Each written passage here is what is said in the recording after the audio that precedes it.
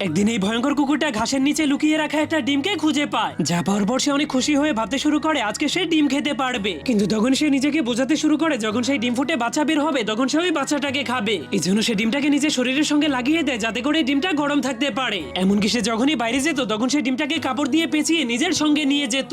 সে ওই ডিমটার এমন ভাবে খেয়াল রাখছিল যা দেখে মনে হচ্ছিল সেটা তারই ডিম। তখনই সেই ডিমের মধ্যে নড়াচড়া শুরু হয়ে গেলে এটা দেখে কুকুরটা অনেক খুশি হয়ে যায়। এরপর হঠাৎ করে সেই ডিমটা ফুটে একটা মুরগির বাচ্চা বের হয়ে আসে। কিন্তু তখনই মুরগির বাচ্চাটা কুকুরটাকে দেখার পর তাকে নিজের মা মনে করে তার পিছু করতে শুরু করে দেয়, যা দেখে কুকুরটার মন গলে গেলে সে ভুলে যায় যে তার আসল উদ্দেশ্য কি ছিল। কিন্তু সেই কুকুরটা একদমই জানতো না যে মুরগির বাচ্চারা কি খাবার খায়। এই জন্য সে বাচ্চাটাকে হাড্ডি খেতে দিলে সেগুলো বাচ্চাটা একদমই খেতে পারছিল না, যার কারণে বাচ্চাটার প্রচন্ড ক্ষুধা লাগতে দেখে কুকুরটা জলদি করে মানুষের বাড়ি থেকে তার জন্য গম চুরি করে আনে। কিন্তু ছোট বাচ্চাটা সেগুলোকেও খেতে পারছিল না। এই জন্য কুকুরটা মাটি খুঁড়ে তার জন্য কেঁচো নিয়ে আসলে সেগুলো বাচ্চাটা অনেক মজা করে খেতে শুরু করে। তখন কুকুরটা সেই মাসুম বাচ্চাটাকে এতটাই ভালোবেসে ফেলেছিল যে